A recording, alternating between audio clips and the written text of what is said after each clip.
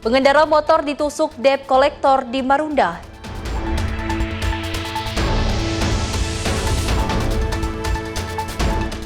Kofifa lepas ribuan siswa SMK magang kerja luar negeri.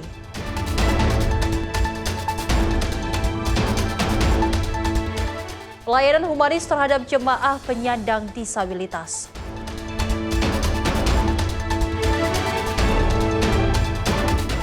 Balita selamat usai mobil terguling dalam pengejaran polisi.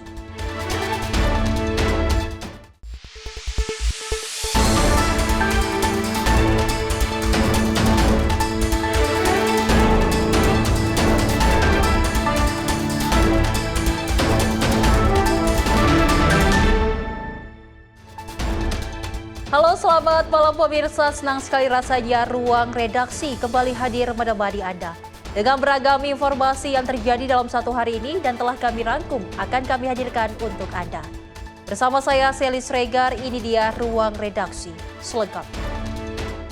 Kita awali informasinya pemirsa, di mana kebakaran hebat melanda pabrik ban milik PT Aramijaya di Kecamatan Grabag, Kabupaten Purworejo pada Kamis pagi 14 Mei 2026.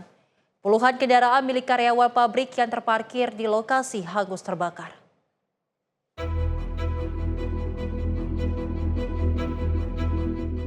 Peristiwa ini terjadi di Desa Harjo Binangun sekitar pukul 8:20 waktu Indonesia Barat. Asap hitam pekat menyelimuti permukiman warga sekitar. Warga dan para pekerja yang baru akan memulai aktivitas terkejut dan panik berhamburan ke jalan untuk menyelamatkan diri.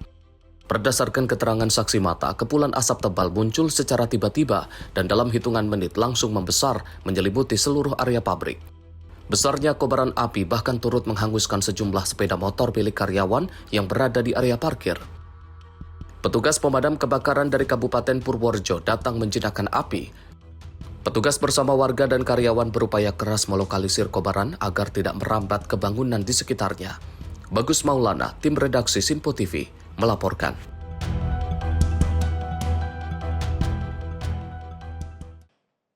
Seseorang yang diduga penagih utang atau debt kolektor menusuk pengendara motor di kawasan Marunda, Jakarta Utara pada Kamis siang.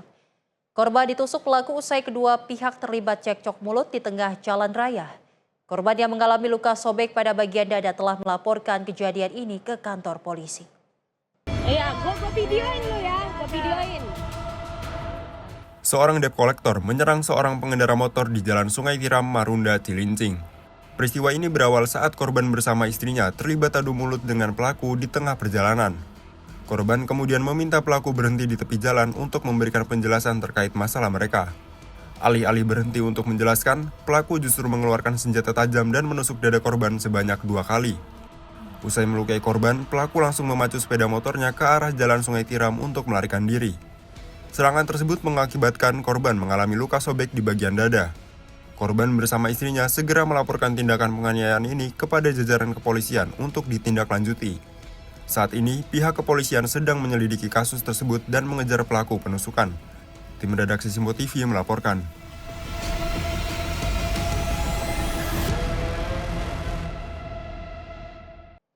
Warga Jalan Kalisari Raya, Kalisari, Pasar Rebo, Jakarta Timur menggerebek toko obat terlarang pada Kamis 14 Mei 2026. Diduga toko menjual obat jenis A6 original, Heximer, dan berbagai lainnya dengan kamuflase penjualan komestik.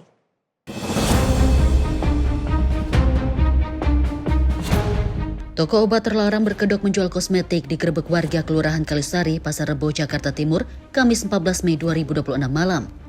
Warga menggeledah seisi kios untuk mencari barang bukti obat terlarang, namun awalnya tidak menemukan. Namun saat petugas Polsek Pasar Rebo datang ke lokasi melakukan penyelidikan, warga kemudian menemukan kantong plastik berwarna hitam berisi 2.500 butir obat terlarang berbagai merek dari dalam plafon toko yang bolong.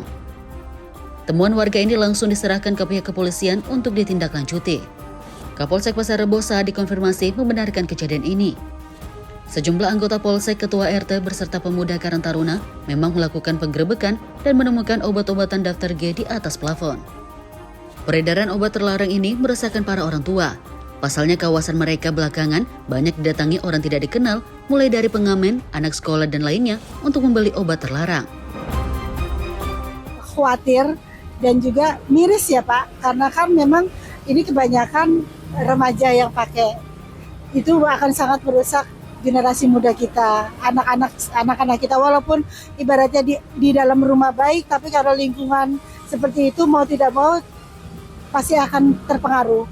Dan saya berharap peran serta pemerintah, peran serta masyarakat untuk mengawal jangan sampai hal-hal seperti ini ada di lingkungan masing-masing, itu memang harus kontrol sih Pak.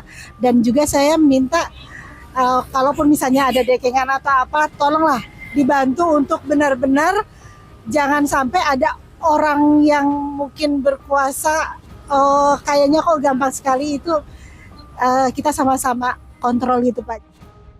Sementara itu, petugas Polsek Pasar Rebo kemudian memasang garis polisi di toko. Saat ini petugas masih melakukan proses pemburuan terhadap pemilik maupun penjaga toko, sedangkan barang bukti yang diamankan kurang lebih 2.500 butir. Dari Jakarta, jurnalis Info TV melaporkan. Seorang pemuda dilaporkan meninggal dunia setelah sepeda motor yang dikendarainya terjatuh dan tercebur ke Sungai Jembatan Karanganyar, Kecamatan Karanganyar, Kabupaten Kebumen. Korban diketahui hilang kendali dan masuk ke aliran sungai di sekitar jembatan.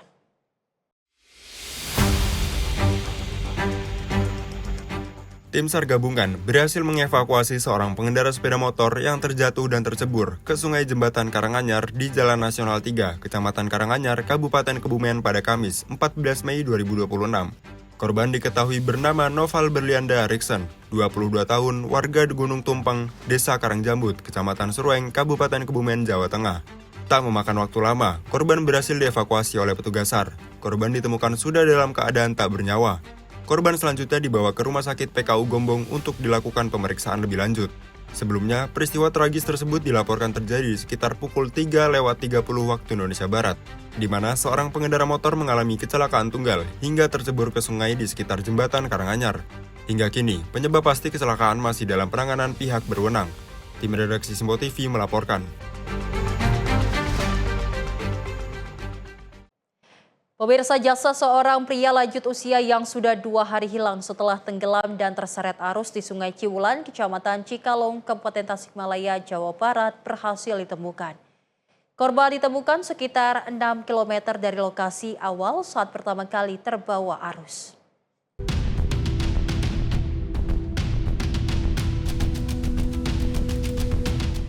Tim SAR gabungan akhirnya menemukan seorang lansia yang sebelumnya dilaporkan terseret arus di Sungai Ciwulan, Desa Cikalong, Kecamatan Cikalong, Kabupaten Tasikmalaya pada Kamis 14 Mei 2026. Korban atas nama Pahroni bin Muslim, 69 tahun, ditemukan di muara Sungai Ciwulan atau sekitar 6 km dari lokasi kejadian awal dalam kondisi meninggal dunia. Jasad korban berhasil dievakuasi petugas dan dibawa ke Puskesmas Cikalong untuk penanganan lebih lanjut. Diketahui sebelumnya, korban dilaporkan tenggelam dan terbawa arus pada Selasa 12 Mei lalu. Hamid, saksi mata yang saat itu tengah bekerja di kebun dekat bantaran sungai, mendengar teriakan dari arah sungai. Setelah mendekati sumber suara, saksi melihat seseorang mengenakan topi putih dalam kondisi terseret derasnya arus sungai. Namun karena kondisi debit air sungai yang tinggi dan arus sangat deras, serta saksi tidak dapat berenang, upaya pertolongan tidak dapat dilakukan. Tim redaksi Info TV melaporkan. Diduga sakit hati karena istrinya menikah siri, seorang pria di Takalar, Sulawesi Selatan tega menikam suami baru istrinya dengan sebilah parang hingga kritis. Aparat kepolisian menangkap pelaku yang buron keluar provinsi usai menikam korban.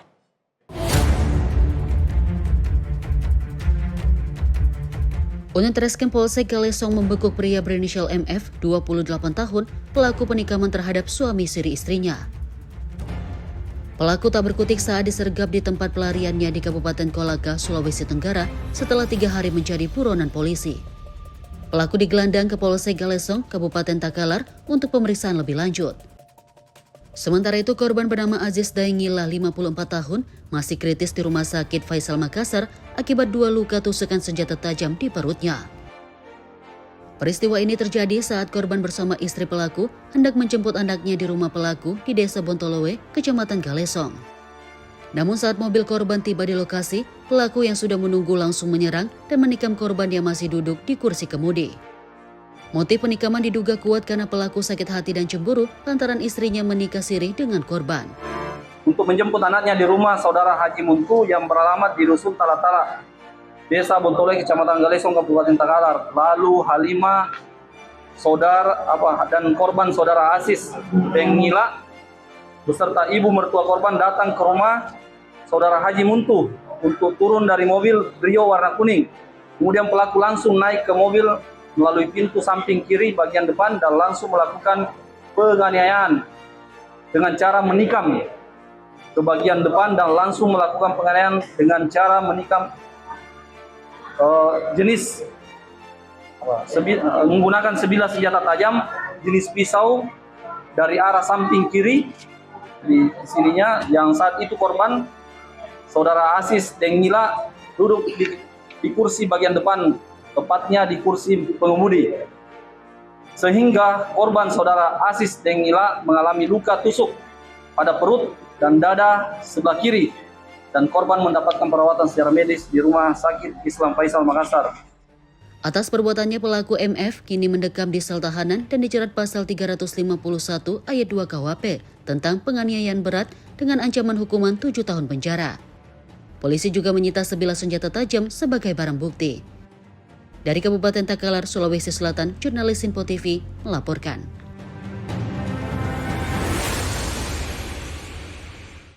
Dinilai mengancam keselamatan penghuni rumah, seekor anjing liar terpaksa dievakuasi petugas Animal Rescue Damkar dari dalam rumah warga di Kabupaten Goa, Sulawesi Selatan.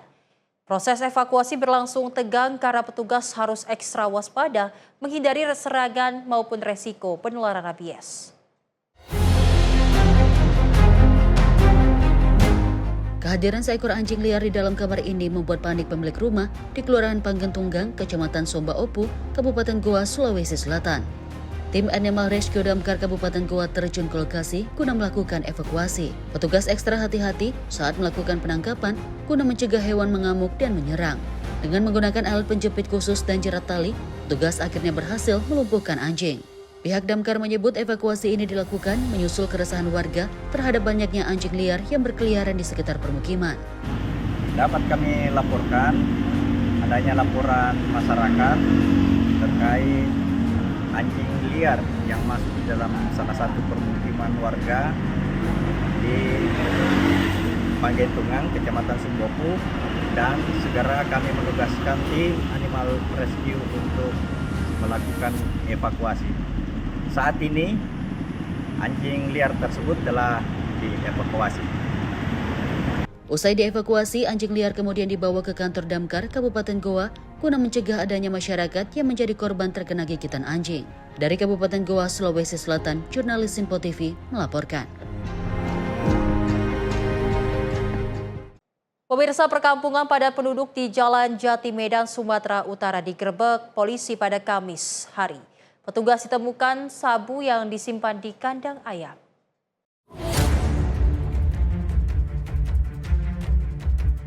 Penggerebekan pemukiman padat penduduk dilakukan setelah petugas menerima informasi maraknya kembali peredaran narkoba di perkampungan ini.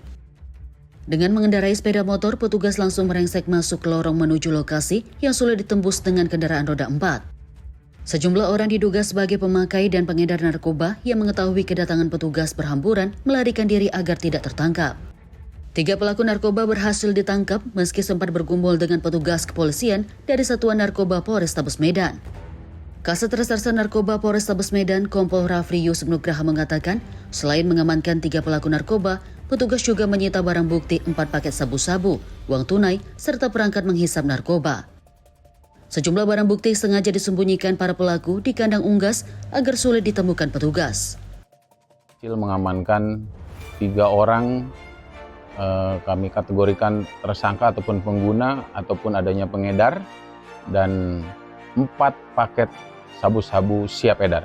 Setelah ditemukan 1 kandang, kandang unggas maupun bebek ayam, disitulah tim terus bergerak. Disitulah kami menemukan beberapa alat digunakan untuk menghisap sabu-sabu berupa bong dan plastik-plastik yang ada di kandang tersebut.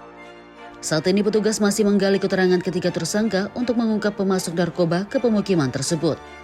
Dari Medan, Sumatera Utara, jurnalis Simpo TV melaporkan.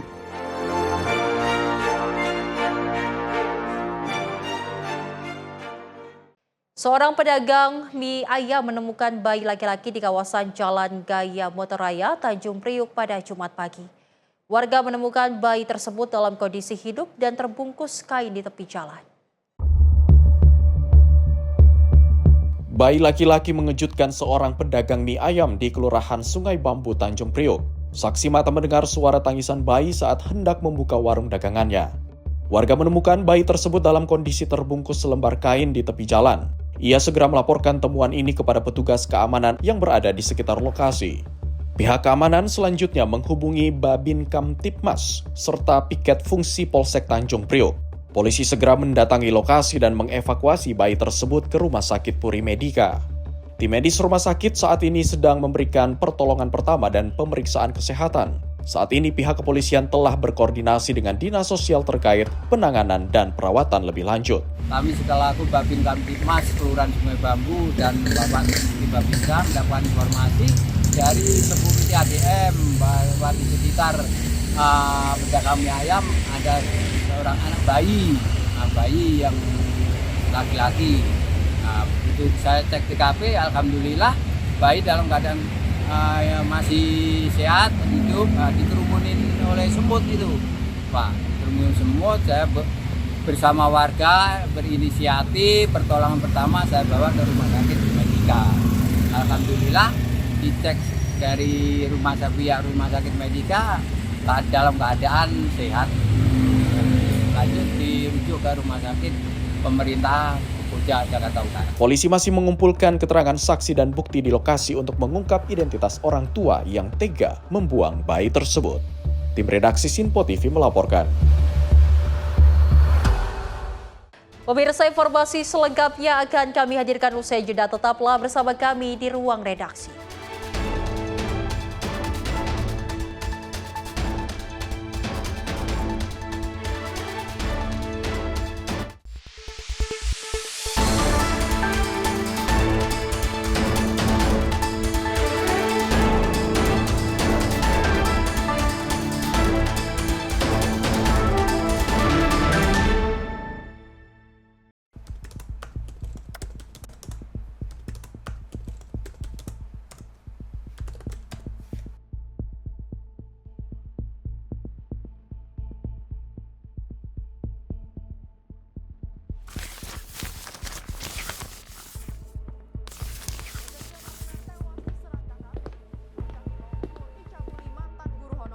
Viral maling bobol rumah di siang hari.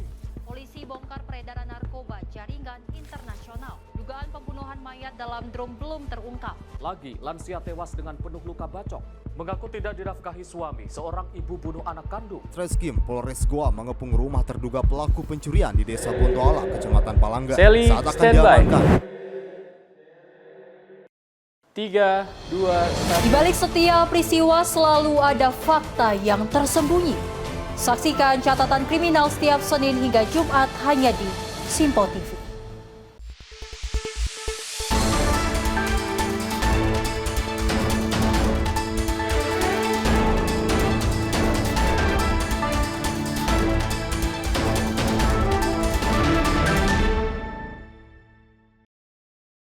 Terima kasih pemirsa, Anda masih menyaksikan Ruang Redaksi. Di mana jembatan Aramco Alur Pungkeh di Desa Blangrongka, Timang Gajah, Kabupaten Bandar Priok Aceh resmi difungsikan. Kehadiran jembatan yang dibangun TNI bersama masyarakat menjadi harapan baru bagi warga untuk mempermudah aktivitas dan mendorong perekonomian desa.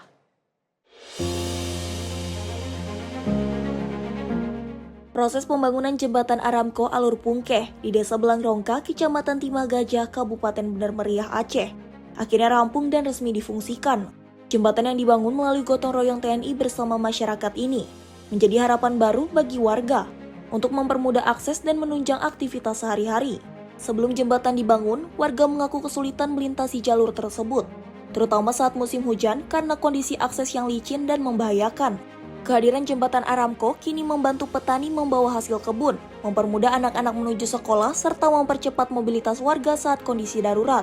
Dalam prosesi peresmian, digelar tradisi pesijuk sebagai wujud rasa syukur atas rampungnya pembangunan jembatan yang selama ini dinantikan masyarakat. Peresmian juga dihadiri anak-anak yatim sebagai bentuk kepedulian dan kebersamaan dalam momen penuh syukur tersebut. Warga menyampaikan terima kasih dan apresiasi kepada Presiden Prabowo Subianto dan TNI Angkatan Darat yang telah membantu pembangunan jembatan Aramco di wilayah mereka. Jihan Nabila, Sinpo TV, melaporkan. Gubernur Jawa Timur Kofifa Indar Parawansa secara resmi melepas peserta program magang kerja luar negeri bagi siswa SMK negeri dan swasta, serta alumni pekerja migran Indonesia wilayah Tulung Agung, Trenggalek, dan Pacitan. Program tersebut menjadi bagian dari upaya Pemprov Jawa Timur dalam memperluas peluang kerja global bagi lulusan pendidikan vokasi.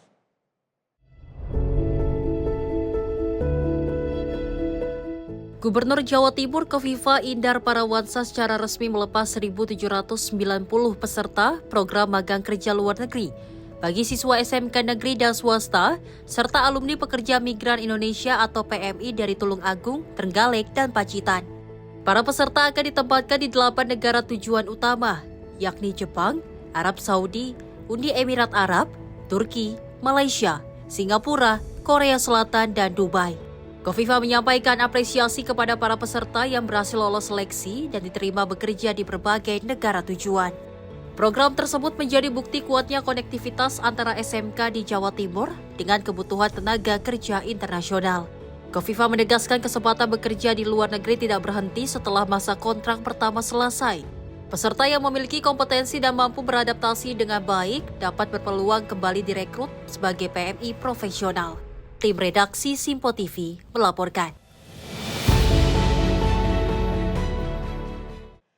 Sementara itu, pemirsa, Partai Gerindra menggelar sidang majelis kehormatan partai terhadap anggota DPRD Jember Ahmad Syahri Asidiki di DPP Partai Gerindra Jakarta pada Jumat siang.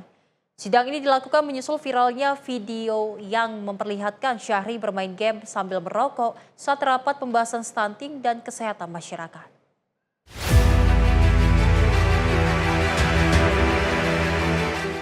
Anggota DPRD Kabupaten Jember, Jawa Timur Ahmad Syahri Asidiki menjadi sorotan publik usai video viral yang memperlihatkan dirinya bermain game sambil menghisap rokok saat mengikuti rapat.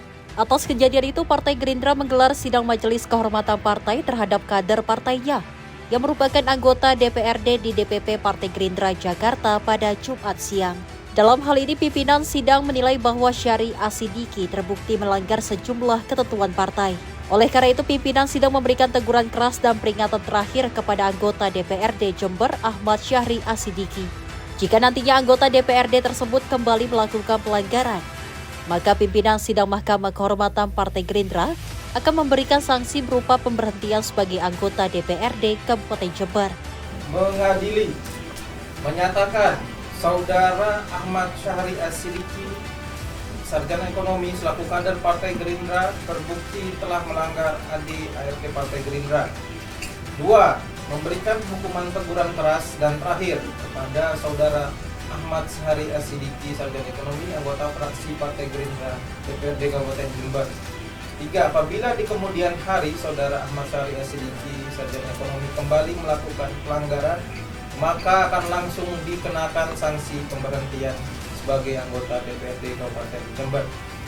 Demikian putusan Majelis Kehormatan Partai Gerindra dibacakan hari Jumat 15 Mei 2026. Majelis Kehormatan Partai Gerakan Indonesia Raya, pimpinan sidang Fifrah Auliaur Rahman, anggota Yuniko Sahrir SHMH, Sutra Dewi, anggota Dolfi Rompas SOS SHMH, anggota Juliana Panjaitan, dan Panitera Diwiratri Maharani, sarjana hukum. Dari Jakarta, Farizal Ahmad Amin, Simpo TV melaporkan.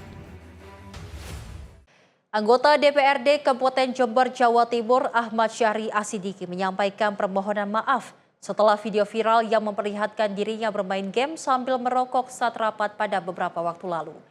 Dirinya mengaku akan taat terhadap keputusan Mahkamah Kehormatan Dewan Partai Gerindra yang memberikan teguran keras.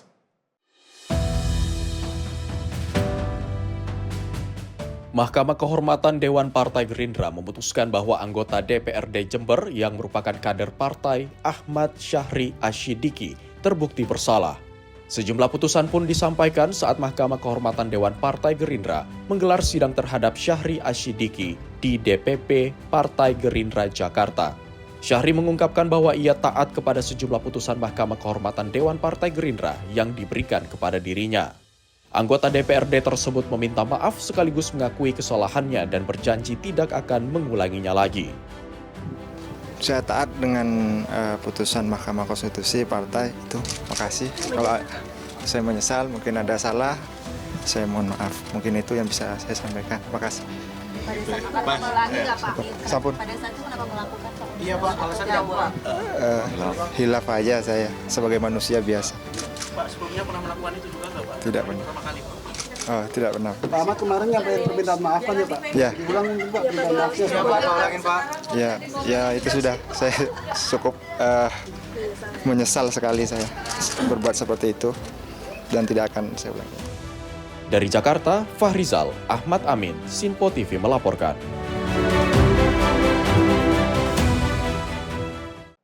Kita beralih ke informasi lainnya pemirsa, di mana Menteri PU Dodi Hanggodo memastikan kesiapan jembatan Bailey di Desa Lahar, Larangan Brebes, Jawa Tengah. Jembatan ini dibangun guna mendukung mobilisasi material dan alat berat untuk percepatan pembangunan sekolah rakyat tahap 2. Menteri Pekerjaan Umum Dodi Hanggodo kembali meninjau pemasangan jembatan Bailey di kawasan pembangunan Sekolah Rakyat Brebes, Jawa Tengah pada Kamis malam 14 Mei 2026. Peninjauan dilakukan untuk memastikan kelancaran akses logistik proyek yang ditargetkan rampung pada Juni 2026. Menurutnya, penguatan struktur menjadi prioritas lantaran jembatan tersebut akan dilintasi kendaraan berat setiap hari. Dodi juga meminta pengecekan dilakukan rutin setiap hari untuk mengantisipasi perubahan struktur yang bisa membahayakan proyek. Proyek ini ditargetkan rampung pada bulan Juni 2026 mendatang. Ini hanya sekedar menindaklanjuti hasil kunjungan terakhir saya kemarin beberapa hari lalu. Saya ngecek kesiapan jembatan Bailey yang dipasang, pada saat itu belum selesai. Sambil saya waktu itu concern ini nih, concern penguatan jembatan yang ini. Dan memang benar, memang ini harus diperkuat. Karena yang akan lewat kendaraan-kendaraan kelas berat, mudah-mudahan dalam beberapa hari sudah siap. Tolong tiap hari dicek kalau ada perubahan struktur, ada pergerakan struktur, di stop dulu, perbaiki lagi, baru kemudian digunakan kembali. Nah, mudah-mudahan dengan begini progres SR yang di Brebes, yang di Diau itu bisa kembali kita kejar, tetap Juni bisa selesai. Tim redaksi Sinpo TV melaporkan. Menteri Energi dan Sumber Daya Mineral Bahlil Lahadalia menanggapi adanya keberatan dari Kamar Dagang dan Industri Cina terkait sejumlah kebijakan di sektor pertambangan, mulai dari penyesuaian royalti hingga rencana kerja dan anggaran biaya atau RKAB.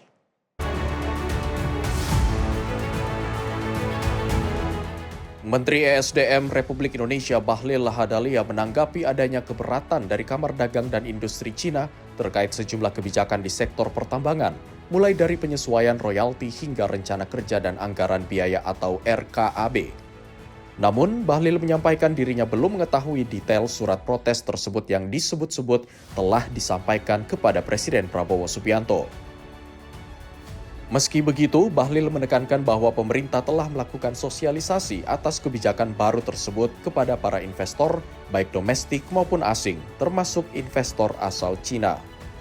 Saya belum dapat suratnya. Kalau misalkan dari pengusaha China sudah ada yang komunikasi nggak sih Pak soal HPM, penyesuaian HPM nikel? Beberapa sudah komunikasi sama saya, Dubesnya pun sudah ngobrol sama saya, dan sudah saya memberikan penjelasan dengan baik. Ya. Termasuk keluhan soal RKAB juga Pak, batubara. RKAB dilakukan penyesuaian dan tidak ada masalah ya. Lebih lanjut, Bahlil juga menyebut pemerintah telah menjalin komunikasi langsung dengan Duta Besar Cina untuk menjelaskan kebijakan yang menjadi sorotan tersebut. Dari Jakarta, Dio Malau, Rona Bayu, Sinpo TV melaporkan. Menteri Keuangan Purbaya Yudi Sadewa membeberkan strategi pemerintah dalam membantu Bank Indonesia untuk meredam tekanan terhadap nilai tukar rupiah. Penguatan stabilitas pasar obligasi atau bond market dinilai menjadi salah satu strategi untuk menstabilkan rupiah.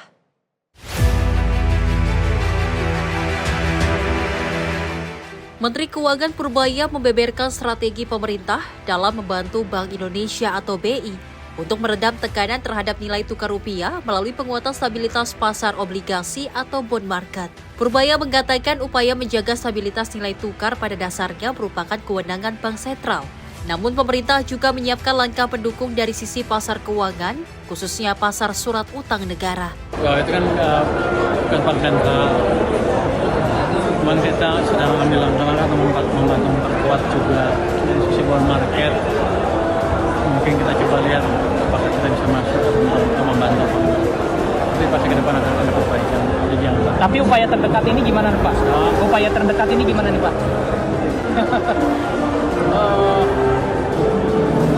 Kita udah masuk ke stabilize bond market kan. Kalau bond market udah stabil, orang itu nggak jual, orang nggak takut kehilangan capital loss. Yang kedua juga orang berutang. Itu menurut saya. Apalagi kalau nanti bondnya menguat dan potensi capital gain. Selain ini mereka juga dapat capital gain. Biasanya mereka suka yang keluar dari semua prinsip. Kita akan jaga stabilitas di bond market membantu Bank Sentral. Tentunya kami bekerja dengan Bank Sentral juga. Menurut Menteri Keuangan Purbaya, stabilitas pasar obligasi menjadi penting. Karena gejolak di pasar surat utang dapat memicu aksi jual investor asing akibat kekhawatiran terhadap potensi capital loss. Kondisi tersebut pada akhirnya dapat memperbesar arus modal keluar dan menekan rupiah. Lebih lanjut, Purbaya mengaku akan berkomunikasi dengan BI dengan menjaga stabilitas pasar obligasi guna menjaga kestabilan nilai tukar rupiah. Dari Jakarta, Dio Malau, Rona Bayu, Simpo TV melaporkan. Masih dari Menteri Keuangan Purbaya Yudi Sadewa yang menegaskan pembahasan yang dilakukan dalam rapat bersama Menteri SDM Bahlil Lahadalia hanya berfokus pada penguatan penerimaan negara bukan pajak atau PNBP dari sektor minyak dan gas bumi.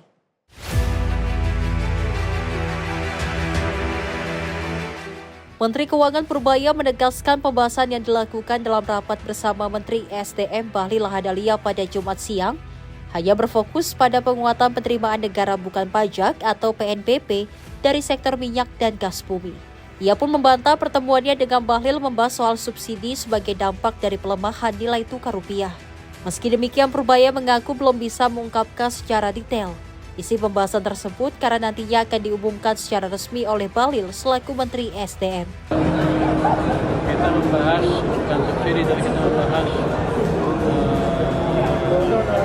rencana beliau untuk membuat pendapatan atau PNBP dari sektor dan baik. Nanti kalau itu Pak Bahlil yang mengungkapkan saya.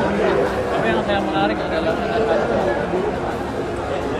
proyek pipanisasi gas yang dari Sumatera ke Jawa itu di tengah-tengah masih ada yang belum ini nanti dari Sumatera ke Jawa nyambung. Nanti kalau jadi yang field Andaman selesai bisa ditransfer gasnya dari sana langsung ke Sumatera dan Jawa.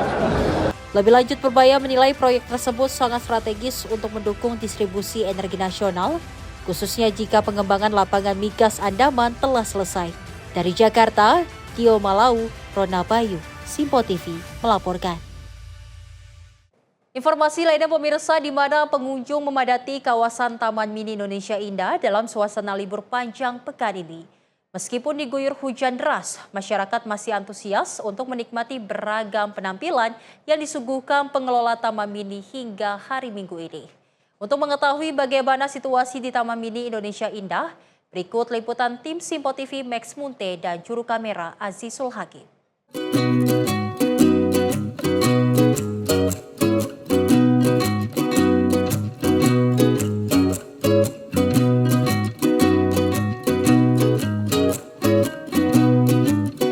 Ya pemirsa, Taman Mini Indonesia Indah yang ada di Jakarta Timur ini memang menjadi minat primadona bagi masyarakat wilayah Jabodetabek yang hendak menghabiskan masa liburnya di tengah libur panjang Hari Kenaikan Isa Al-Masih. Kalau bisa dari layar kaca Anda saksikan memang untuk Taman Mini Indonesia Indah ini meskipun diguyur hujan sejak siang hari tidak mengurangi minat dari para pengunjung ataupun para masyarakat yang hendak, sekali lagi seperti yang saya saksikan, yang hendak menghabiskan masa liburnya di kawasan taman rekreasi yang ada di Taman Mini Indonesia Indah ini. Kita akan mencoba untuk bertanya-tanya bersama dengan sejumlah masyarakat ataupun pengunjung yang ada di tempat ini, bagaimana ataupun apa alasan mereka memilih tetap berada ataupun mengunjungi dari taman wisata dari Indonesia Indah sendiri. Karena memang kalau dilihat operasional dari Taman Mini Indonesia ini dibuka dari jam 5 pagi hingga pukul 8 malam waktu Indonesia bagian Barat. Selain daripada itu juga, memang pemirsa kalau kita lihat untuk beragam suasana ataupun beragam dari wahana-wahana yang ditampilkan ataupun yang mungkin bahasanya adalah dihadirkan begitu. Ini memang beragam mulai dari untuk penampilan dari tanggal 14 hingga 17 Mei. Ini kami melihat ada semarak tari ondel-ondel yang ada sebanyak 1.500 penari yang akan menampilkan kepada para calon pengunjung ataupun para pengunjung yang ada di daerah sini. Adapun juga sendra tari Sangkuriang dan juga kesenian emprak Pak Kijo Tani begitu. Tadi memang beragam penampilan-penampilan dalam periode 14 hingga 17 Mei nantinya akan ditampilkan untuk menghibur para pengunjung yang ada di kawasan Taman Mini Indonesia Indah ini. Saya akan mencoba mengajak Anda untuk melihat ataupun bertanya-tanya mengenai bagaimana rasa ataupun bagaimana dari masyarakat ataupun pengunjung yang ada di tempat ini sehingga memang mereka menghabiskan waktu libur panjang mereka di tempat ini. Kita coba bertanya-tanya sedikit, begitu. Halo Mas, halo maaf mengganggu. Namanya siapa? Namanya Davin. Namanya Mas David. Mas David dari mana ini? Dari Karawang. Dari Karawang. Mas, jauh-jauh dari Karawang ke sini bareng siapa sih? Bareng rombongan. Rombongannya mana? Mungkin boleh ditunjukin kamera yang mana? Yang mana? Yang ini, halo. Di luar sih banyaknya. Oh, banyaknya di luar. Iya, kita pakai bis 3 bis di sini. 3 bis di sini. Iya. Kalau boleh tahu Mas, kenapa dari Karawang jauh-jauh ke Taman Mini begitu untuk di libur panjang ini? Sebenarnya acara itu hajian, kita kesini. Iya, rombongan haji gitu. Jadi jalan-jalannya ada yang kesini, ada yang kemana-mana gitu. Jadi kita kesini milihnya. Kalau dari harga, Mas melihatnya bagaimana? Kurang tahu sih kalau harga, kita cuma ngikut aja. Cuma ngikut aja. Satu kata untuk libur panjang di Taman Mini hari ini apa, Mas? Syahdu, dingin soalnya hujan. Ya. Oke, terima kasih Mas David. Silakan berkreasi kembali. Dan pemirsa, tadi kita sudah dengar salah satu masukan ataupun bagaimana perasaan dari salah satu pengunjung yang ada di tempat ini. Kita coba bergeser satu lagi kepada tadi ada yang cowok, sekarang kita coba ke wanita begitu. Halo Mbak. Halo, namanya siapa? Oh, salah satu gak apa-apa. Salah satu halo namanya bareng-bareng. Namanya siapa? Aku pegang. Namanya siapa? Nama aku Saska. Saska. Kalian ini rombongan dari mana nih kalau boleh tahu? Dari mana? Dari mana kita? Dari bilang aja. Univnya atau apa? Dari daerah. Bekasi. Dari Bekasi Pride begitu. Oke. Kalau boleh tahu kenapa dari Bekasi milih libur panjang di tempat ini, di Taman Mini? Karena mau ngerjain tugas UAS. Libur panjang? Iya. Kok bisa? Bisa. Kenapa memilih di hari ini? Ini kan hujan. Kenapa memilih hujan-hujan begini ke Taman Mini? Kita nggak tahu ini hujan, tiba-tiba hujan. Oke, ini kan hujan. Berarti nanti mau kemana aja ini kalau di sini? Kita tadinya mau ke Museum Batik, cuman ternyata pas ngeliat di map ya kayak agak jauh gitu ya Museum Batik. Jadi ya kita kayak mau ke Museum Indonesia. Museum Indonesia. Satu kata untuk libur panjang meskipun hujan saat ini apa? Satu kata mungkin. Apa? Seru, happy, apapun itu mungkin. One word for this. Apa ya? Happy sepertinya. Happy deh, boleh. Happy. Thank you banget. Iya. Mbak Saska namanya. Iya. Mbak Saska, terima kasih banyak sekali lagi. Dan pemirsa, tadi kalau kita melihat memang kalau untuk Taman Mini Indonesia Indah ini tidak memang serta-merta hanya mereka yang hendak berlibur, namun juga mereka yang menghabiskan waktu bersama dengan kolega, teman, pasangan begitu, karena memang melihat untuk dari kawasan Taman Mini Indonesia Indah ini memang tidak melulu soal rekreasi, namun menjadi lahan terbuka untuk mereka yang hendak bereksplorasi seperti belajar dan juga lain-lain.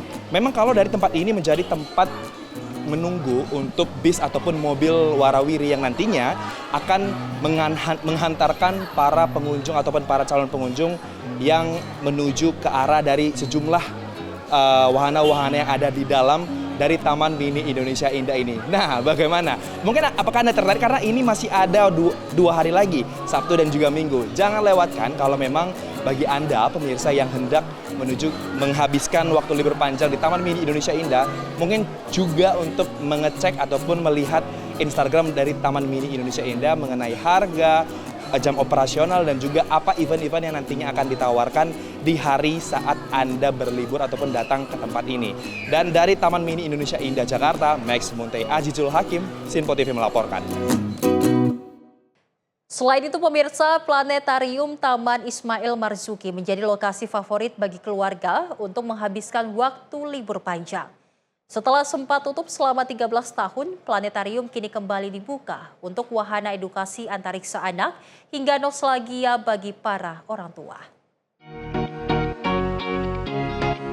Planetarium di Taman Ismail Marzuki atau TIM menyuguhkan wahana antariksa 2 dimensi yang ditayangkan melalui 12 proyektor di langit-langit gedung planetarium.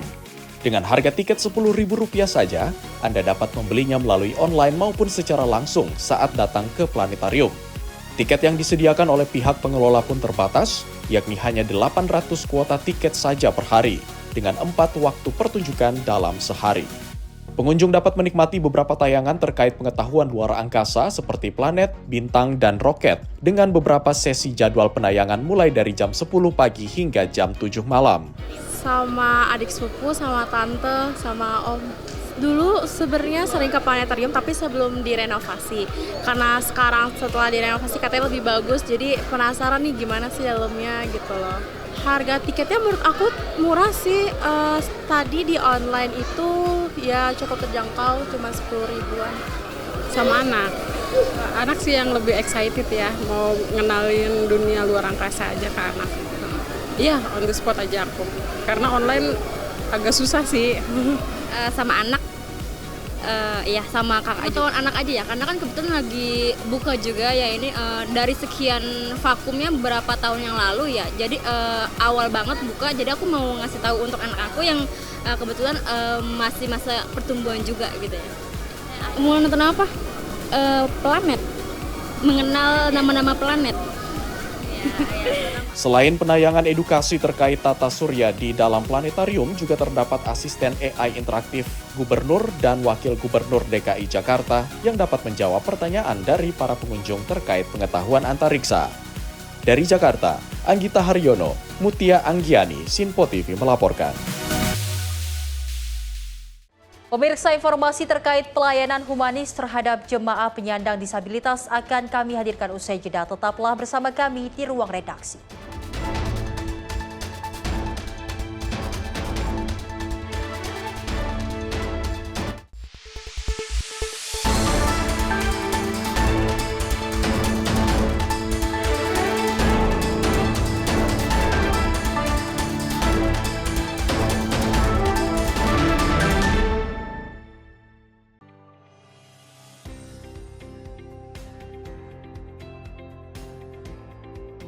Beragam informasi terbaru hadir menemani Anda sebelum memulai hari. Waktu terbaik dengan rangkaian topik terpilih, dikemas dengan ulasan yang mendalam. Mengangkat isu yang tengah menjadi pembicaraan paling hangat, agar pagi Anda lebih semangat. Jadi pastikan pagi hari Anda lebih bermakna bersama rangkaian berita yang telah kami rangkum untuk Anda. Sembarakan pagi Anda bersama Menyapa Indonesia Pagi. Setiap Senin hingga Jumat pukul 5 pagi. Hanya di Sinpo TV.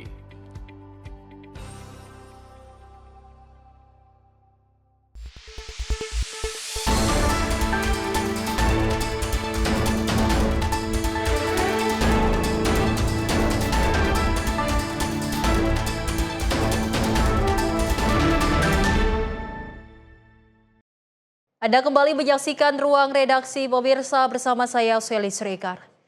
Di mana seorang jemaah haji penyandang disabilitas asal Aceh Muhammad Erlita tiba di Tanah Suci dan menjadi bagian dari rombongan jemaah haji Indonesia yang terus berdatangan ke Arab Saudi. Kehadirannya menjadi gambaran semangat dan tekad kuat untuk menunaikan ibadah haji meski memiliki keterbatasan fisik.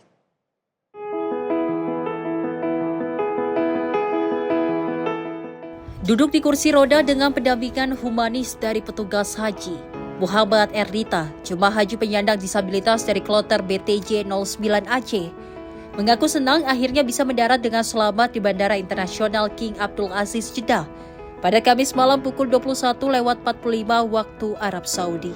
Setelah menyelesaikan proses kedatangan di bandara, Erlita bersama rombongan jemaah langsung melanjutkan perjalanan menuju kota Mekah menggunakan bus.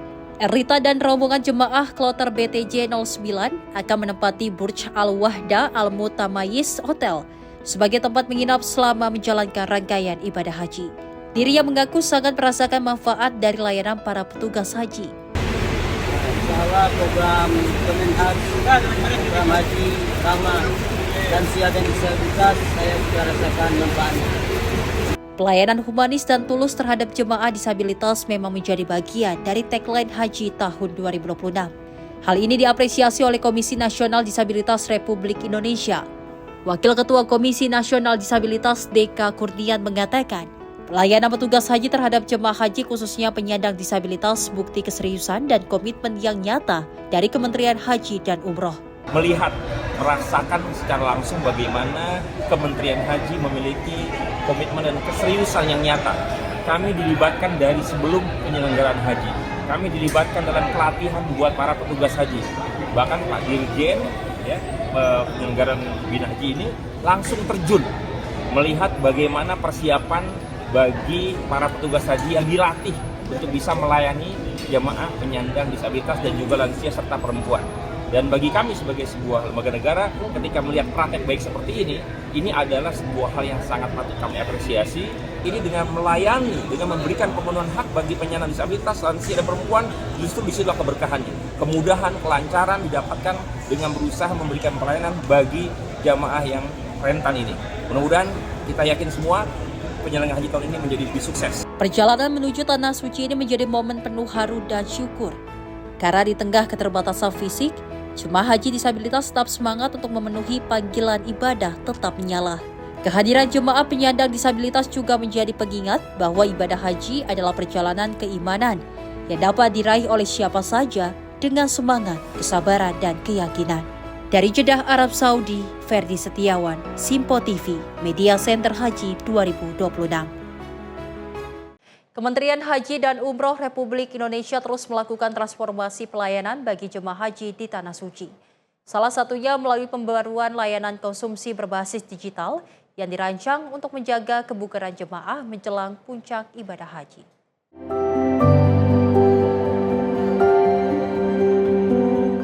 Petugas penyelenggara ibadah haji atau PPIH Arab Saudi kini menerapkan sistem digital dalam pengelolaan layanan konsumsi jemaah haji tahun 1447 Hijriah atau 2026 Masehi. Sistem tersebut mencatat distribusi makanan, memantau jumlah porsi, hingga melakukan verifikasi layanan secara real-time. Kepala Bidang Konsumsi PPIH Arab Saudi Indri Hapsari menyebutkan, digitalisasi mempermudah koordinasi dan penanganan kendala logistik secara cepat dan tepat. Hingga saat ini lebih dari 1.193.000 box makanan telah berhasil didistribusikan kepada jemaah tanpa kendala berarti. Layanan konsumsi ini melibatkan 51 dapur penyedia yang menyalurkan makanan ke 177 hotel yang ditempati 527 kloter jemaah di Mekah. Selain digitalisasi, pemerintah juga meningkatkan kualitas menu makanan dengan memperhatikan keseimbangan gizi dan penyesuaian selera khas Indonesia.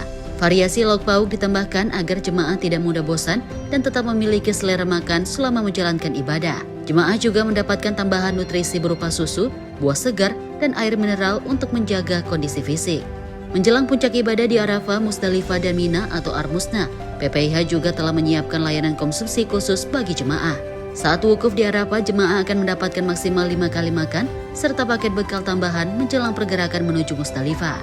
Sementara selama berada di Mina, jemaah akan mendapatkan suplai makanan hingga 10 kali untuk menjaga stamina selama menjalani rangkaian ibadah. Tim redaksi Sinpo TV melaporkan.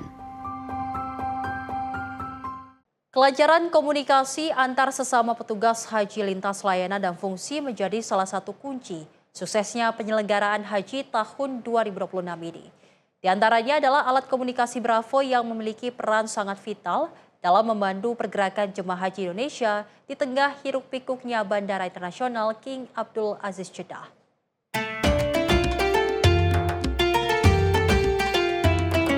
Panas menyengat Bandara Jeddah, Arab Saudi, tak menyurutkan langkah Holis Tomin, seorang tenaga musiman yang dipercaya menjadi petugas haji Indonesia di Arab Saudi sejak tahun 2002 silam. Di tangan kanannya tergenggam alat komunikasi Bravo, sementara tangan kirinya memegang catatan data jemaah haji. Dengan suara lantang, satu persatu informasi disampaikan petugas haji Indonesia di berbagai pos pelayanan. Setiap kloter yang tiba, setiap bus yang berangkat, hingga jumlah jemaah yang naik ke dalam bus, semua harus melalui laporan pria berusia 49 tahun tersebut. Tugas dari kedatangan jemaah sampai penempatan, sampai pemberangkatan, saya informasikan lewat Bravo ke markas Mekah ataupun markas Madinah ataupun ke Mabes, markas besar, termasuk di kantor haji. Alhamdulillah, saya berkomunikasi melaporkan untuk pemberangkatannya, pertama untuk kedatangan berapa jumlah dan pemberangkatannya gitu, sesuai dengan manifest penerbangan GA dan SW. Bagi Holis, Bravo bukan sekedar alat komunikasi. Perangkat kecil itu menjadi urat nadi pergerakan jemaah haji Indonesia sejak penyelenggara haji tahun 2007. Seperti layaknya handphone dan handy talkie atau HT, Bravo dapat digunakan untuk telepon atau komunikasi dua arah. Bravo ini sejak 2007 Pak. Dulu 2002 sampai 2006 itu lewat telepon informasi bahwa kloter ini udah datang sekian jumlahnya melalui HP dulu. Karena dulu 2002 sampai 2006 pakai HP, main telepon. Sekarang alhamdulillah sejak 2007 sampai 2026 lewat Bravo. Dalam satu hari, Holis bisa menangani hingga 10 kloter. Artinya, puluhan bus harus didata dan dipantau secara detail mulai dari pesawat mendarat, nomor keberangkatan, hingga jumlah jemaah di dalamnya, bahkan hingga pelaporan saat jemaah didorong ke Mekah. Semua informasi itu akan menjadi pegangan petugas di Mekah untuk memastikan jemaah tiba dengan selamat di hotel masing-masing. Waktu kedatangan jam landing sekian, misalnya jumlah jemaah berapa, dan didorong ke kota Mekah Al-Mukarramah, misalnya satu kloter ada 10 bis, kami sampaikan satu perrombongan.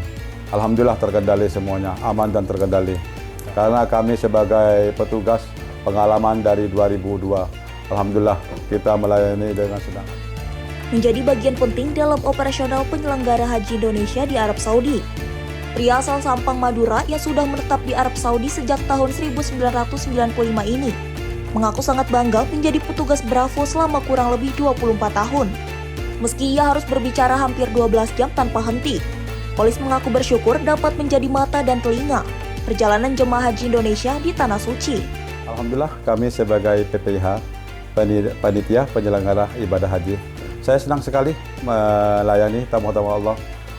Alhamdulillah kami sebagai petugas di Bandara Jeddah dan Madinah, kedatangan, penempatan, dan pemberangkatan, alhamdulillah saya melayani tamu-tamu Allah itu sangat bangga. Satu kemuliaan bagi kami.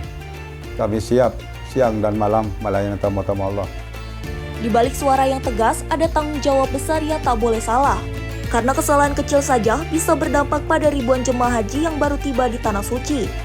Melalui Bravo, diharapkan penanganan masalah terkait dengan pelayanan terhadap jemaah haji diharapkan lebih cepat teratasi. Alhamdulillah masalah Bravo itu luar biasa, komunikasi daripada WA, karena komunikasi lewat Bravo itu langsung jemaah belum nyampe, informasi udah nyampe ke sektor yang tertentu, termasuk ke markas besar di kota Mekah ataupun di Mabes, markas besar. Biar untuk komunikasi untuk misalnya Surabaya 74, misalnya landing jam sekian dan didorong ke kota Mekah Al-Mukarramah, sebelum jamaah masuk ke kota Mekah informasi sudah nyampe. Alhamdulillah terima kasih komunikasinya lewat Bravo. Pentingnya fungsi alat komunikasi Bravo diakui oleh rekan Holis yang juga petugas haji tenaga penghubung Yusuf Bahar. Menurutnya, komunikasi yang tersiarkan secara langsung melalui Bravo dapat didengar semua wilayah kerja panitia penyelenggara haji Arab Saudi. Markas besar ada di markas Madinah, ada juga di markas Mekah, ada di kantor urusan haji, ada juga di KJRI, ada juga di kantor Dubes.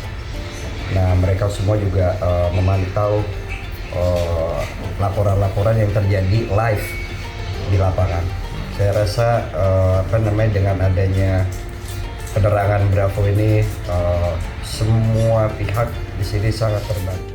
Suara Holis selalu menjadi penuntun perjalanan jemaah haji Indonesia, sejak turun dari pesawat hingga menuju pemondokan atau hotel. Dari balik Bravo, Holis menjadi penjaga alur perjalanan suci para tamu Allah. Bekerja dalam senyap namun menjadi bagian penting dari kelancaran ibadah haji Indonesia. Di tengah besarnya operasional penyelenggara haji Indonesia, sosok-sosok seperti Holis Tomin menjadi bukti bahwa pelayanan jemaah tak hanya dilakukan di garis depan, tetapi juga dari balik suara yang tak pernah berhenti memandu perjalanan para tamu Allah. Dari Jeddah, Arab Saudi, Ferdi Setiawan, Sinpo TV, Tim Media Center Haji 2026.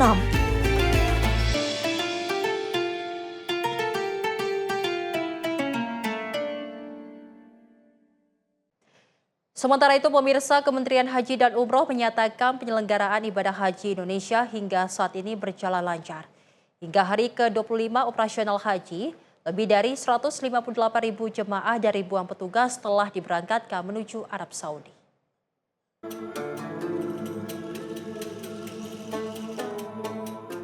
Kementerian Haji dan Umroh mencatat hingga hari ke-25 operasional haji ada sebanyak 411 kelompok terbang atau kloter dengan total 158.978 jemaah dan 1.641 petugas telah diberangkatkan menuju Arab Saudi. Juru bicara Kementerian Haji dan Umroh Maria Assegaf menyatakan seluruh layanan haji Indonesia berjalan lancar mulai dari pemberangkatan di tanah air, kedatangan di Arab Saudi, akomodasi hingga pembinaan ibadah. Sementara itu, pergerakan jemaah dari Madinah menuju Mekah juga masih berlangsung secara bertahap. Hingga kini, ada sebanyak 392 kloter dengan total 151.382 jemaah dan 1.568 petugas telah tiba di kota Mekah. Selanjutnya, sebanyak 140 kloter dengan 53.705 jemaah dan 561 petugas telah tiba di Jeddah. Kementerian Haji dan Umroh juga terus memantau pemberangkatan jemaah haji khusus ke Tanah Suci. Tercatat ada sebanyak 11.087 jemaah haji khusus telah tiba di Arab Saudi. Berdasarkan data terakhir, sebanyak 411 kloter dengan 158.978 jemaah dan 1.641 petugas telah diberangkatkan menuju Arab Saudi. Sementara itu, pergerakan jemaah dari Madinah menuju ke Mekah juga terus berlangsung secara bertahap. Hingga saat ini, sebanyak 392 kloter dengan 151.382 jemaah dan 1.568 petugas telah tiba di Mekah. Sementara itu, sebanyak 140 kloter dengan 53.705 jemaah dan 561 petugas telah tiba di Jeddah. Kami juga tentu memantau keberangkatan haji khusus ke Tanah Suci. Tercatat hingga saat ini sebanyak 11.087 jemaah haji khusus telah tiba di Arab Saudi. Menjelang fase puncak ibadah haji, pemerintah mengingatkan kembali kepada seluruh jamaah yang memiliki kewajiban dam untuk memahami mekanisme pembayaran dam yang sudah disiapkan oleh pemerintah. Tim redaksi Sinpo TV melaporkan. Di balik hiruk-pikuk penyelenggaraan ibadah haji di Tanah Suci, ada banyak sosok yang bekerja dalam senyap. Di antaranya adalah para mukimin atau WNI yang sudah lama menetap di Arab Saudi dan para mahasiswa yang studi di Timur Tengah. Salah satunya pemuda asal Cirebon, Jawa Barat, Muhammad Muniruddin. Meski tengah sibuk menempuh pendidikan S2 di Turki, ia memilih untuk sementara mengabdikan tenaga dan pikirannya untuk melayani tamu-tamu Allah.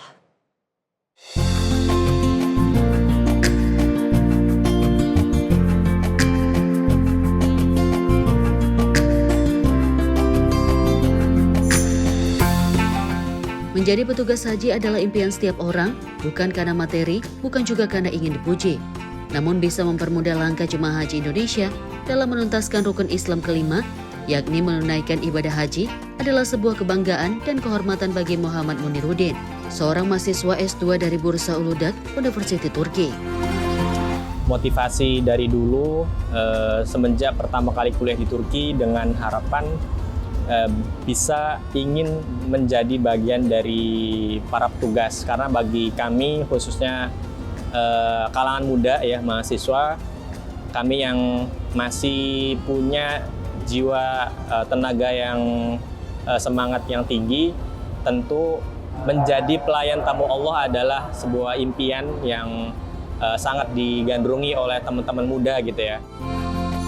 Tergabung dalam kelompok tenaga pendukung yang diseleksi bersamaan dengan para WNI yang telah menetap lama di Arab Saudi atau mukimin.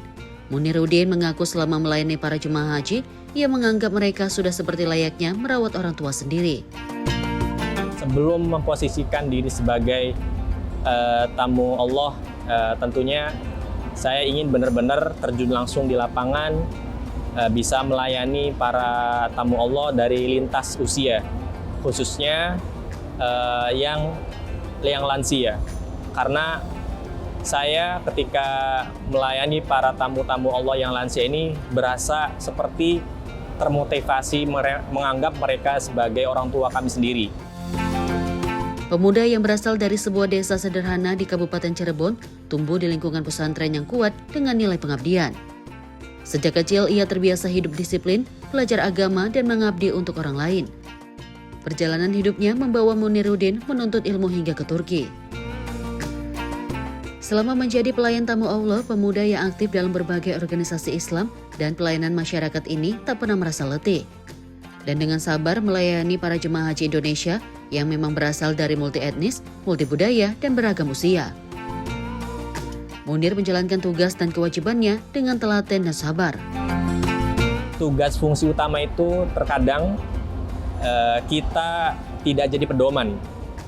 Jadi dinamika yang di lapangan, apa yang dibutuhkan, dan keluhan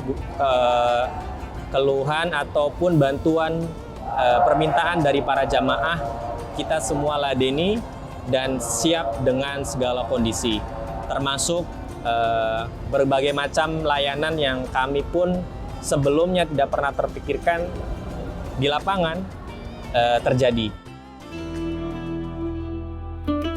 Banyaknya lansia yang menjadi jemaah haji tahun ini memang menjadi tantangan tersendiri bagi para petugas haji. Bagi Munir, jemaah haji lansia memang sangat butuh pendampingan dan pelayanan, termasuk dalam penggunaan kain ihram, serta memastikan jemaah lansia khusus agar syarat-syarat dan rukun ibadah mereka tetap terjaga.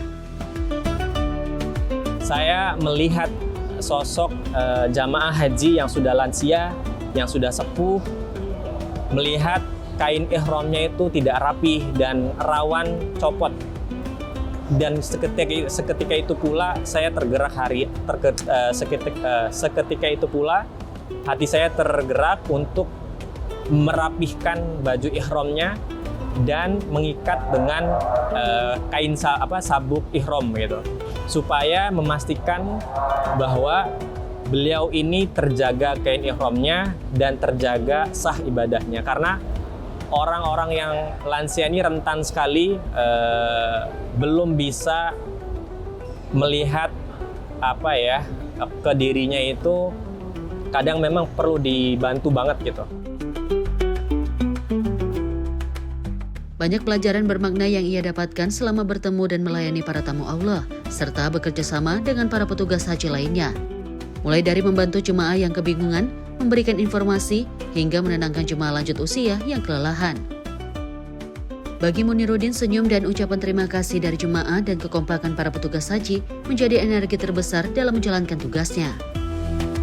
Inisiatif dari dalam hati kita itu memang kita memastikan lansia ini terbantu, terlayani, dan terjamin ibadahnya dengan tenang dan sah. Dari jamaah Indonesia yang sejauh ini kami terima, sebetulnya Masya Allah luar biasa, karena energinya itu saya sebagai orang yang menjemput pertama kali kedatangan di bandara, auranya memang penuh harap dan penuh doa.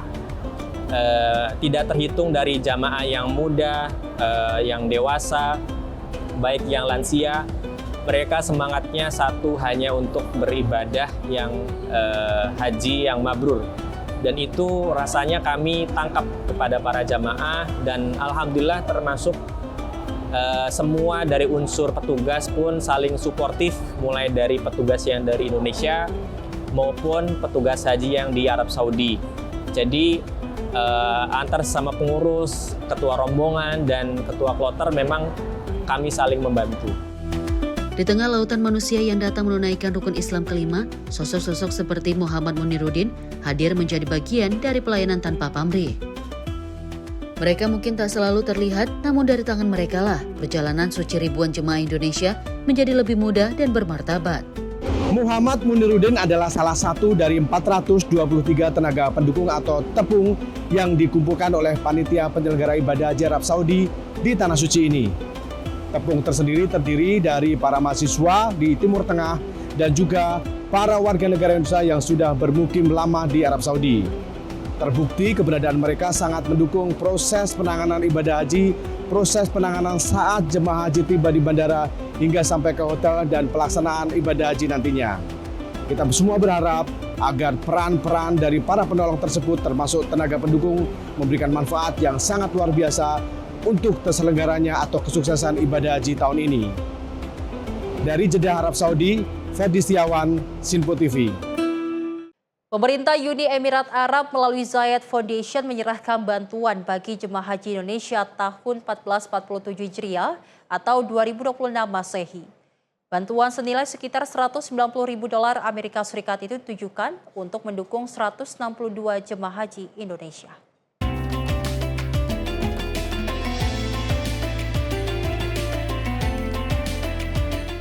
Seremoni penyerahan bantuan digelar di Gedung Kementerian Haji dan Umroh Republik Indonesia di Jalan MH Tamrin, Jakarta pada Selasa waktu setempat. Bantuan dari Zayed Foundation senilai sekitar $190.000 Amerika Serikat atau setara 3,3 miliar rupiah diserahkan secara simbolis kepada pemerintah Indonesia. Acara tersebut dihadiri Duta Besar Uni Emirat Arab untuk Indonesia, Abdullah Salem Obaid Al-Daheri, beserta sejumlah pejabat kedutaan UEA. Menteri Haji dan Umroh Republik Indonesia Muhammad Irfan Yusuf menyampaikan apresiasi dan terima kasih atas dukungan pemerintah Uni Emirat Arab untuk jemaah haji Indonesia. Menurut ia, bantuan tersebut bukan hanya dukungan finansial semata, namun juga mencerminkan eratnya hubungan persaudaraan Islam antara Indonesia dan Uni Emirat Arab. Bantuan ini ditunjukkan untuk membantu keberangkatan dan kelancaran ibadah 122 jemaah haji Indonesia terpilih. Duta Besar UEA menyatakan pihaknya berharap bantuan tersebut dapat memberikan manfaat langsung bagi para jemaah serta memperkuat hubungan bilateral kedua negara. Pemerintah UEA juga berharap kerjasama dengan Kementerian Haji dan Umroh Indonesia dapat terus berlangsung di berbagai bidang strategis. Pada musim haji tahun ini, Indonesia dijadwalkan memberangkatkan sebanyak 221.000 jemaah haji ke Tanah Suci. Kedua negara menegaskan komitmen untuk terus memperkuat kerjasama dalam meningkatkan pelayanan bagi jemaah haji Indonesia. Tim redaksi Simpo TV melaporkan.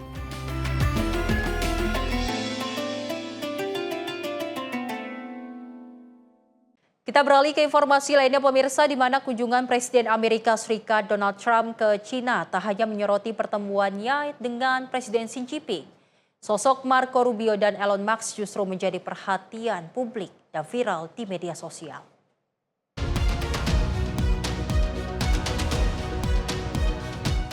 Rekaman video menunjukkan Presiden China Xi Jinping menyambut Menteri Luar Negeri Amerika Serikat Marco Rubio dalam rangkaian KTT di Beijing.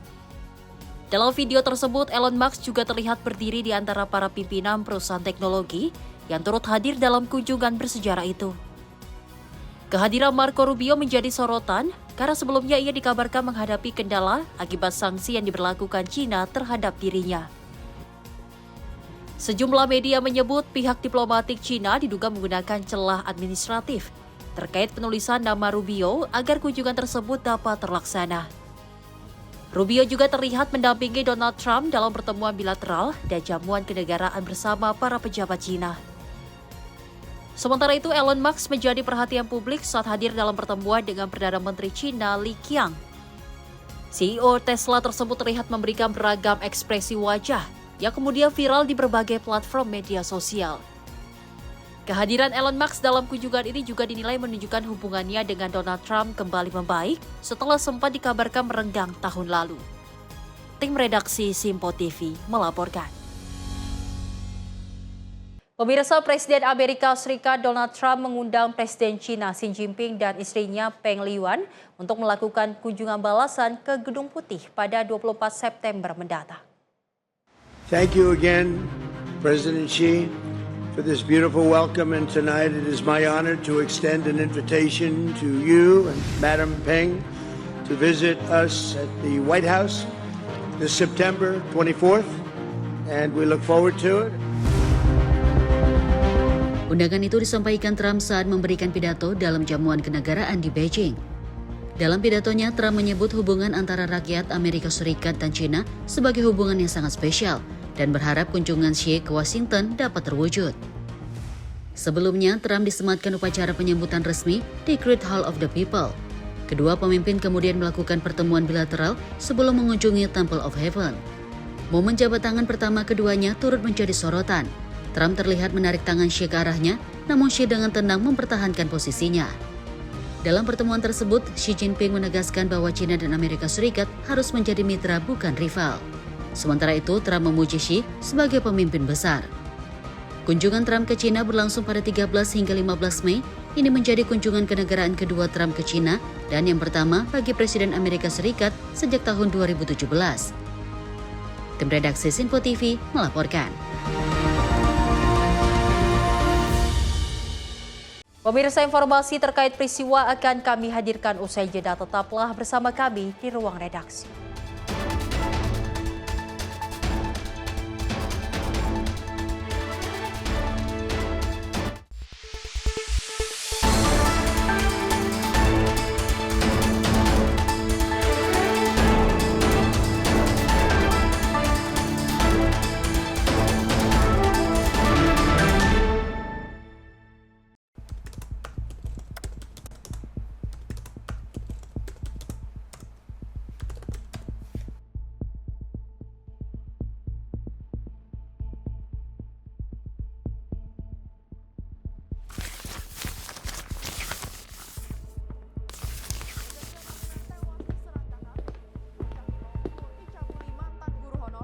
Viral maling bobol rumah di siang hari. Polisi bongkar peredaran narkoba jaringan internasional. Dugaan pembunuhan mayat dalam drum belum terungkap. Lagi, lansia tewas dengan penuh luka bacok. Mengaku tidak dinafkahi suami, seorang ibu bunuh anak kandung. Treskrim Polres Goa mengepung rumah terduga pelaku pencurian di Desa Bontoala, Kecamatan Palangga. Sally, saat akan standby. diamankan. 3, 2, 1. Di balik setiap peristiwa selalu ada fakta yang tersembunyi. Saksikan catatan kriminal setiap Senin hingga Jumat hanya di Simpo TV.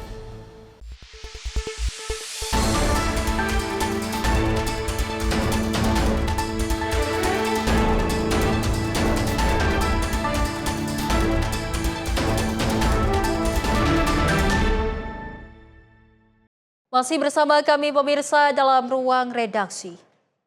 Di mana seorang balita berusia 3 tahun selamat setelah mobil yang ditumpanginya terguling saat kejaran dengan polisi di Arkansas, Amerika Serikat. Sang ibu diduga menolak menepi saat diberhentikan petugas karena mengendarai dengan kecepatan tinggi.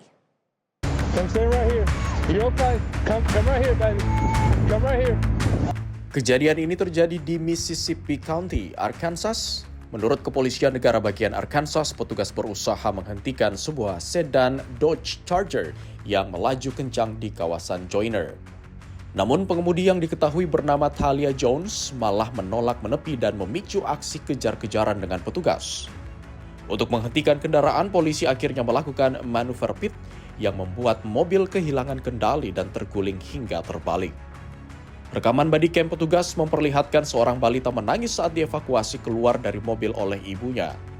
Petugas terdengar menenangkan anak tersebut dan memastikan kondisinya aman. Setelah pemeriksaan medis, balita dan ibunya dinyatakan selamat tanpa luka serius. Anak tersebut kemudian diserahkan kepada kerabatnya. Sementara sang ibu yang berusia 23 tahun kini menghadapi sejumlah dakwaan termasuk berhenti sembarangan dan mengemudi secara ugal-ugalan, membahayakan anak serta mengemudi dengan SIM yang ditangguhkan. Tim redaksi Sinpo TV melaporkan. Juru bicara Kementerian Luar Negeri China, Guo Jiakun, memperingatkan bahwa kesalahan dalam menangani isu Taiwan dapat mendorong hubungan China dan Amerika Serikat ke situasi yang sangat berbahaya. Pernyataan itu disampaikan setelah pertemuan antara Presiden China Xi Jinping dan Presiden Amerika Serikat Donald Trump di Beijing. Guo menegaskan Taiwan merupakan isu paling penting dalam hubungan bilateral kedua negara. Menurutnya, jika ditangani dengan buruk, konflik antara China dan Amerika Serikat bisa terjadi. China juga menegaskan penolakannya terhadap penjualan senjata Amerika Serikat ke Taiwan dan mendesak Washington bertindak dengan sangat hati-hati. Dalam pertemuan tersebut, Xi dan Trump disebut menyepakati kerangka baru untuk membangun hubungan strategis yang konstruktif dan stabil antara dua ekonomi terbesar dunia. Kunjungan Trump ke China berlangsung pada 13 hingga 15 Mei dan menjadi kunjungan kenegaraan kedua Trump ke negara tersebut. Tim redaksi Sinpo TV melaporkan. Sementara itu pemirsa, dalam forum BRICS, Menteri Luar Negeri Iran Abbas Araghchi menyatakan bahwa perang yang dihadapi Iran melawan Israel dan Amerika Serikat bukan hanya konflik nasional, melainkan pertarungan untuk membela tatanan dunia baru yang sedang dibangun negara-negara BRICS melawan hegemoni Barat.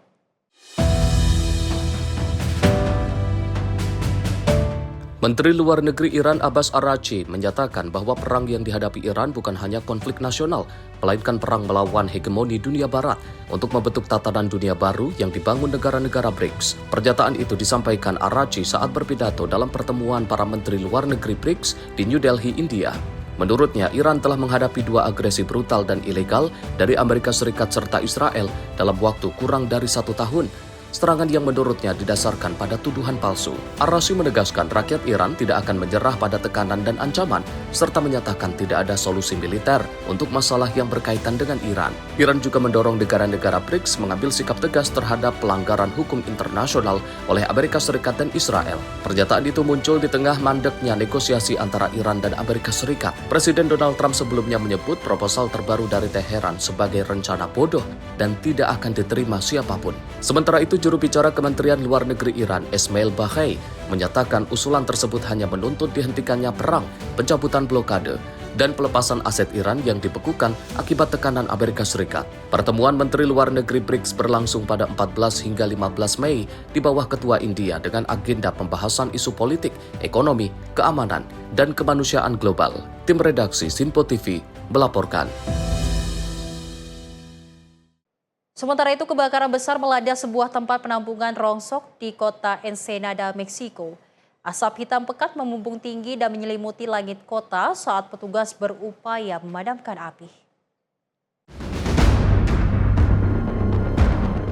Rekaman drone menunjukkan kepulan asap hitam tebal membumbung dari lokasi kebakaran di kawasan timur Ensenada pada Kamis waktu setempat. Kebakaran terjadi di sebuah tempat penampungan rongsok yang berada di dekat Jalan Ojos Negros dan Circuito Oriente di wilayah yang dikenal sebagai El Aguajalito.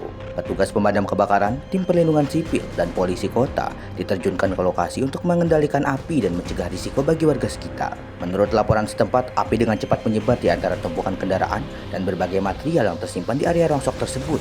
Otoritas setempat juga mengimbau warga untuk menjauhi lokasi agar petugas darurat dapat leluasa menjangkau area kebakaran. Hingga saat ini tidak ada laporan mengenai korban jiwa maupun luka-luka dalam insiden tersebut. Sementara penyebab kebakaran masih dalam penyelidikan pihak berwenang. Tim redaksi Sinpo TV melaporkan.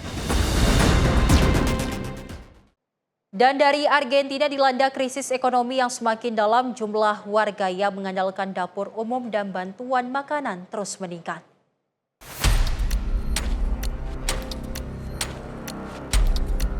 Rekaman video di Buenos Aires, ibu kota Argentina, pada Kamis waktu setempat menunjukkan antrian panjang warga di dapur komunitas yang dibangun oleh otoritas setempat. Sementara tunawisma terlihat tidur di trotoar dengan tempat berteduh darurat. Menurut Institut Nasional Statistik dan Sensor Argentina, inflasi tahunan mencapai 32,6%, sedangkan harga konsumen naik 3,4% pada Maret, tertinggi dalam setahun terakhir. Kondisi ini memaksa keluarga pekerja, pensiunan hingga pekerja formal dan informal mencari bantuan makanan untuk memenuhi kebutuhan sehari-hari. Banyak warga yang memiliki apartemen pun kini kesulitan ekonomi dan tidak memiliki pilihan selain mencari makanan gratis di gereja atau pos bantuan. Di ibu kota Argentina, peningkatan jumlah tunawisma semakin terlihat. Banyak warga tidur di bawah atap darurat di trotoar di tengah suhu dingin dan akses terbatas terhadap layanan dasar. Kenaikan harga sewa apartemen dan rendahnya pendapatan menjadi penyebab utama krisis sosial ini. Presiden Argentina Javier Milei menilai kebijakan pengetatan ekonomi diperlukan untuk menstabilkan negara. Di sisi lain, dampaknya kini paling dirasakan oleh masyarakat berpenghasilan rendah. Tim redaksi Sinpo TV melaporkan. Kondisi kemanusiaan di Gaza terus memburuk. Ribuan warga yang mengungsi terpaksa mengantri berjam-jam di dapur umum demi mendapatkan satu-satunya makanan harian.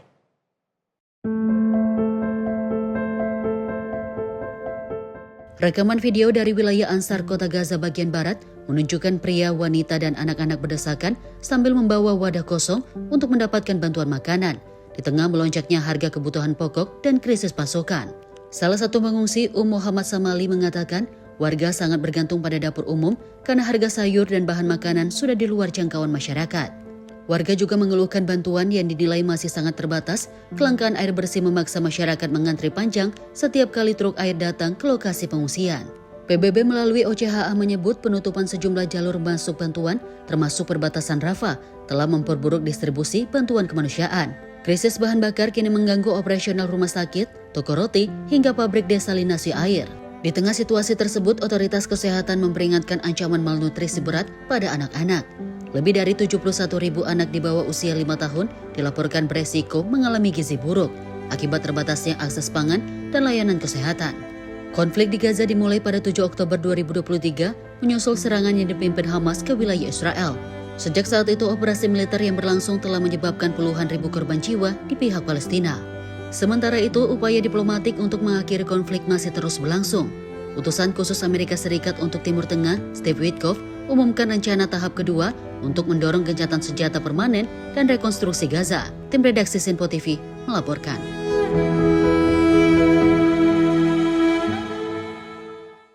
Pemirsa, seekor kambing bernama Mim mendadak jadi sorotan publik setelah video-videonya mengenakan berbagai outfit unik viral di media sosial. Hewan lucu ini berasal dari Provinsi Leyte, kini dikenal luas sebagai fashion goat berkat gaya berpakaiannya yang tak biasa.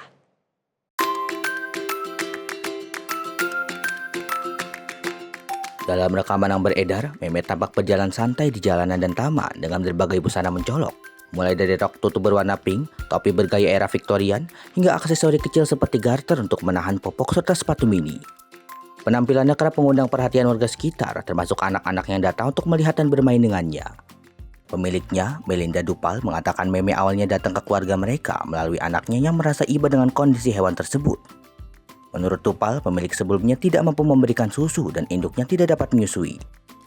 Sejak saat itu, Meme menjadi bagian dari keluarga dan sering menemani aktivitas harian Dupal. Kehadirannya disebut membawa kebahagiaan, terutama karena Dupal sering merasa kesepian ketika suaminya bekerja di luar kota dan anak-anaknya bersekolah. Popularitas Meme mulai meningkat setelah sebuah video dirinya mengenakan popok menjadi viral. Warganet kemudian menyarankan penggunaan garter agar lebih rapi, yang akhirnya memicu ide untuk mulai mendandani Meme dengan berbagai kostum yang dibagikan lewat media sosial, termasuk dari inspirasi tren di TikTok. Meskipun kini dikenal luas dan menjadi tontonan warga sekitar, Dupal menegaskan bahwa Meme lebih dari sekedar hewan viral, melainkan bayinya sendiri. Kisah Meme menunjukkan bagaimana hewan peliharaan bisa menjadi sumber kebahagiaan, sekaligus fenomena internet yang menghibur banyak orang. Tim redaksi Sinpo TV melaporkan.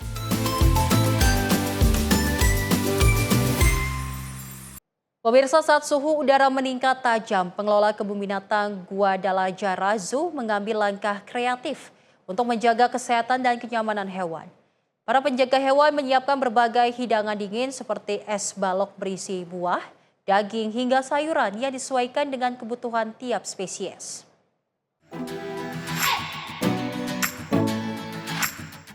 Dalam rekaman yang diambil terlihat berbagai satwa seperti beruang, primata, lemur, kanguru, meerkat, hingga jerapah menikmati makanan beku. Tujuannya tidak hanya mendinginkan tubuh hewan, tetapi juga memberikan stimulasi mental dan perilaku alami pada hewan. Menurut Pamela Thomas, penjaga area karnivora, untuk beruang pihaknya menyiapkan es balok dengan isi berbeda. Beruang memakan ikan. Pengelola membuat es dengan beberapa blok berisi buah dan ikan. Selain itu, warna-warni di dalamnya juga dibuat menarik agar lebih merangsang stimulasi hewan secara alami, agar hewan tidak stres dan bosan. Untuk primata, staf kebun binatang memberikan variasi es buah seperti semangka dan pisang. Sementara itu, kanguru juga mendapat perlakuan serupa melalui jadwal pakan yang sudah dirancang setiap bulan. Hal ini merupakan bagian dari program enrichment atau pengayaan lingkungan untuk menjaga pola makan tetap seimbang. Melalui strategi ini, Gua adalah Harazu berupaya menjaga kesejahteraan fisik dan mental hewan selama musim panas, sekaligus mendorong perilaku alami mereka di lingkungan penangkaran. Tim redaksi Sinpo TV melaporkan. Dan pemirsa, informasi tadi sebagai penutup jumpa kita kali ini dalam Ruang Redaksi. Yang saya Selis Regar mewakili kru yang bertugas pamit undur diri. Terima kasih dan sampai jumpa.